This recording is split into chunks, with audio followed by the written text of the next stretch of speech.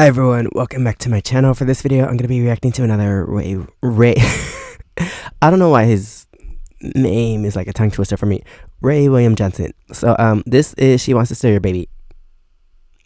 Cause that's weird. Cause I don't. Do people just not know how to be normal? Cause like, why would you want to steal someone else's baby? That's not yours. Like, that's weird. Like, you have nothing better to do. I don't understand, but I guess let's start the video, see what this is about. People being weird. I don't understand. But yeah, please subscribe. Let me know what else I should react to in the comments below, and let's get into this. This woman, her name's Anne, and Anne has a problem. She really wants a baby, but unfortunately she can't seem to have one. She tries and she keeps having miscarriages. So eventually Anne gets an insane idea. Why not just steal one? So one day in 1987, that's weird. She does just that. Like, you can't adopt. Why not just adopt? That's weird. And if you don't have, I think for adoption you have to pay money. If you don't have enough money to adopt, then maybe you don't have enough money to raise a child, because kids are expensive. So yeah, not everyone is meant to be a parent, because some people are crazy or weird, and some people, like, they don't take care of their kids, so like, what's the point of having the kid?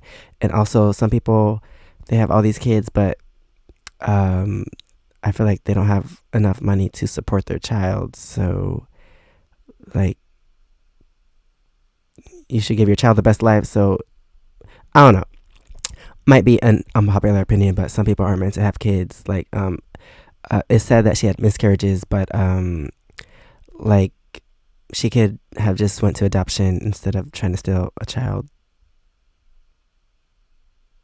I don't know. Some people, I feel like they have kids, but they don't even have enough money to support themselves. So like, they shouldn't have kids in the first place.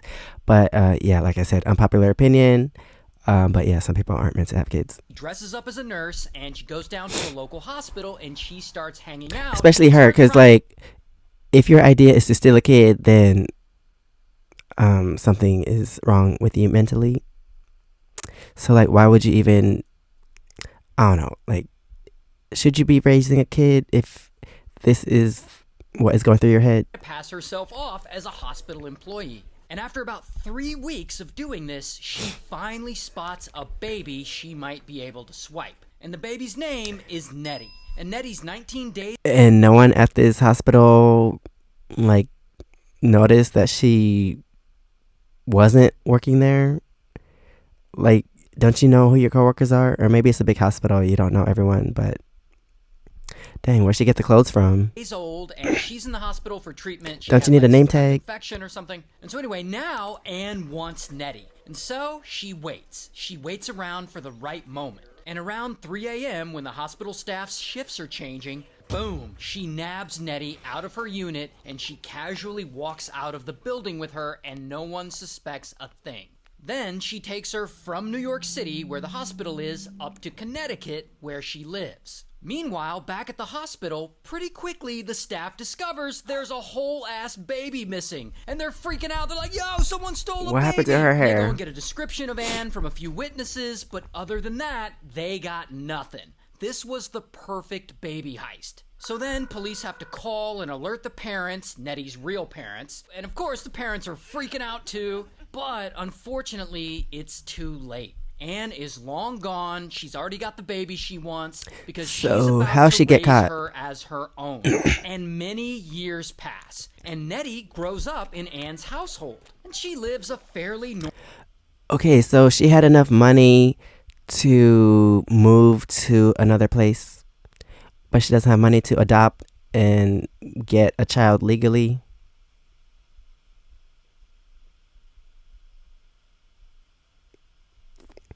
That's so weird. Life, believing this whole time that Anne is her real mother. And yeah, sometimes she'll ask her about her real dad, and Anne tells her that her real father is a drug dealer she used to date who's now in prison. So that excuse covers that. Now eventually, Nettie grows up a little more, and she becomes a teenager, and she's in high school. And it's during this period Okay, she that's starts a to scary notice AI she looks image. nothing like Anne or like any of her other family members. But whatever, I suppose that happens sometimes. But the older she gets, the more this Why are these AI images kind of creepy? bothers her. And eventually she starts to get a little suspicious. And then one day, she's 16 at this point, she's still in high school, and boom, Nettie gets some surprising news. She's pregnant.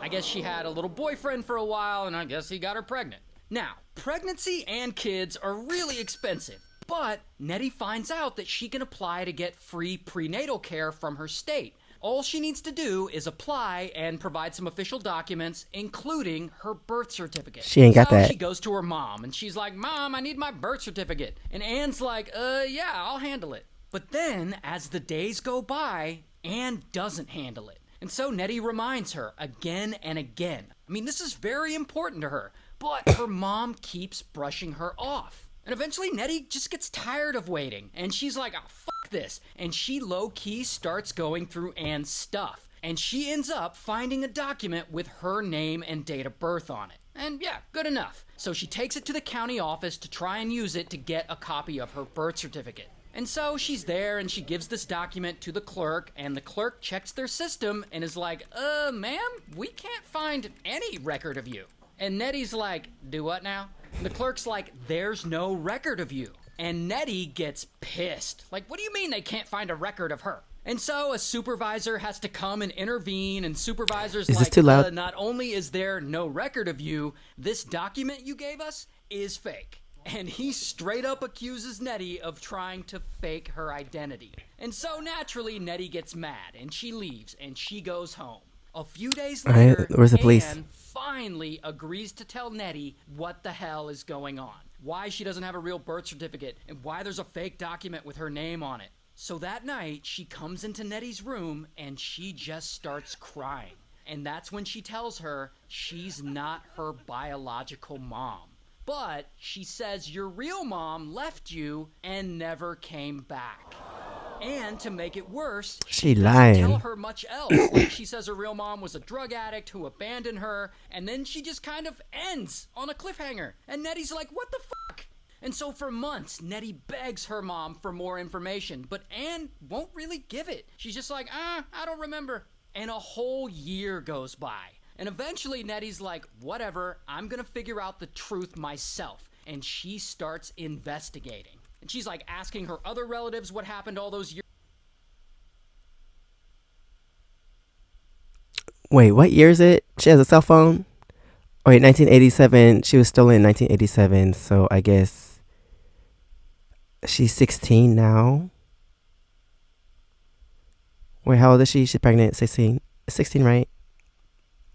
So, it's like 2003-ish.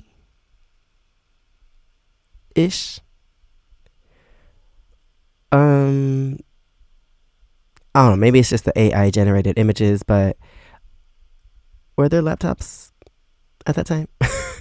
Were there cell phones? I know there were cell phones, but not like this, but I don't know. Years ago, and those other relatives are like, yeah, I guess I remember Anne being pregnant, I don't know. And she reaches out to the Department of Children and Families, and she asks them if they can, like, run her DNA to see if it's a match to anyone, and they're like, nah, we don't really do that. And so Nettie is getting nowhere. Her mom's no help, her relatives are no help, and the state is no help. So it Call looks the police. like she's just never gonna know the truth. Until 7 years go by, and she's 23 now. And at this point, Okay, so yeah, I think my math was right because she was pregnant at 16, 7 years go by. That's 23.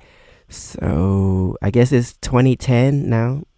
2010. long had her baby, she's moved to a different city, and she started her adult life. But of course, she still wonders, what the hell was Anne talking about? Who was her real mom, who's supposedly a drug addict who abandoned her when she was born?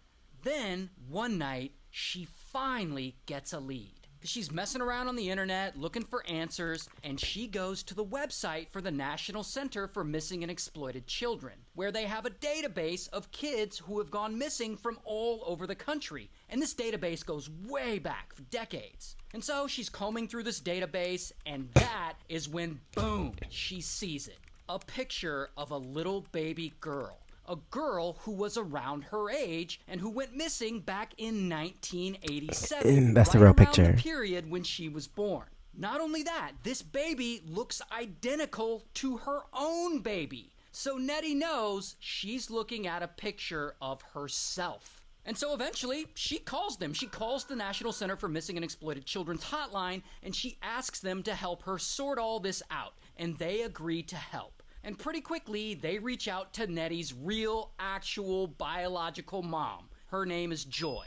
And so they reach out to Joy, and they're like, I think we found your missing daughter from 23 years ago. And Joy's like, no fucking way. So then Nettie and Joy, they start communicating and emailing back and forth, and soon they're talking on the phone all the time. And eventually, Nettie flies from Atlanta to New York to meet her real mom in person. And she also gets to meet her real dad. This guy's name's Carl. And here's an actual picture of Nettie, Joy, and Carl together. And later, the DNA results come back, which confirm that they are, in fact, her real biological parents. So, that's cool. Then, of course, this story gets out, and it blows the fuck up, because it's an incredible story. But now, with all this attention on it, the FBI gets involved. Because, arrest her. This all started 23 years ago with arrest a her. kidnapping. So now, everyone's looking for Anne. And after hiding out for a while, eventually, bam, she turns herself in to the FBI. Here's her mugshot. The woman who allegedly kidnapped a baby 23 years ago here in New York is finally under arrest. And Anne ends up pleading guilty to kidnapping, and she's sentenced to 12 years in prison. Meanwhile, Nettie and her real biological parents sort of have like a public falling out, but then they make up, so I think they're fine now, so good for them. And by the way, here's what Nettie looks like today in real life. Wait, so she was 23 in 2010. So, 15 years later, she's 38. Yeah, she's 38 now. And a huge shout out. So, yeah, this is like one of the few videos of his that doesn't end in murder. But, yeah, that's crazy. Like, why did not that lady not just adopt?